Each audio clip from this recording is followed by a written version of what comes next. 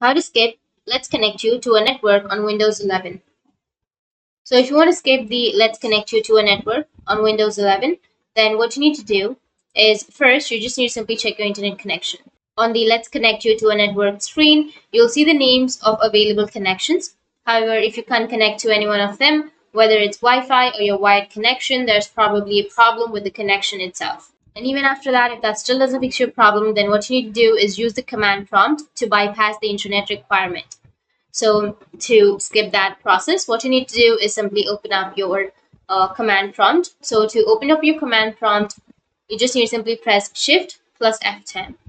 Once you go with Shift plus F10, your command prompt will appear. And after that, you just need to simply enter the command, which is OOBE backslash bypass NRO. So enter the command, which is this one. Once you enter the command, you need to press enter. And once you press enter, you'll be able to skip that process. So simply enter the command, which is right here.